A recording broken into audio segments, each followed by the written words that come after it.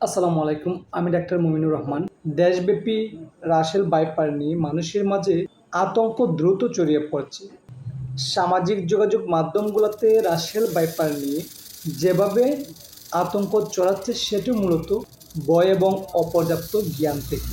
সাপ দেখে অনেকেই ভয় পান এবং রাসেল ভাইপারের কামড়ে নিশ্চিত মৃত্যু এটা অনেকের মনে গেঁথে গেছে। রাসেল ভাইপার সাপ কামড়ালে যে চিকিৎসা আছে এবং সঠিক সময়ে চিকিৎসা নিতে পারলে যে সুস্থ হওয়া যায় সেটা বেশিরভাগ মানুষের অজানা বলে আতঙ্ক মাত্রা ছাড়িয়েছে। স্থানীয়ভাবে চন্দ্রবুড়া বা উলুবুড়া নামে পরিচিত সাপটি হলো রাসেল ভাইপার।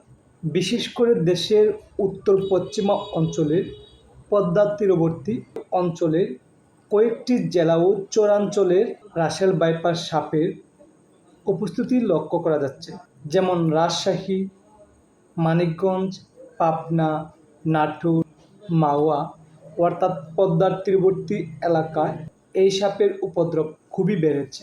আন্তর্জাতিক রেটিংয়ে রাসেল ভাইপার বিশ্বের প্রথম ৩০তম বিষধর সাপেরও পড়ে। আমাদের দেশে গোকরা সাপ, কেউটে সাপ এগুলো কিন্তু রাসেল ভাইপারের চেয়েও অনেক বেশি ভয়ঙ্কর এবং বিষধর। তাই আপনারা যে কোনো সাপে কামড় দেওয়ার পর যত তাড়াতাড়ি সম্ভব হাসপাতালে পৌঁছানোর চেষ্টা করবেন, কারণ সাপে কামড় দেওয়ার প্রথম ১০০ মিনিট কিন্তু খুবই গুরুত্বপূর্ণ, কারণ এই সময়ের মধ্যে ১০টি অ্যান্টিভেনম তার শরীরে প্রয়োগ করা হয়। তাই সাপে কামড় দিলে আপনারা ওঝার কাছে না গিয়ে সময় নষ্ট করে যত তাড়াতাড়ি সম্ভব আপনারা সরাসরি জেলা সদর হাসপাতাল যাওয়ার চেষ্টা করুন। সবাই ভালো থাকবেন, সুস্থ থাকবেন।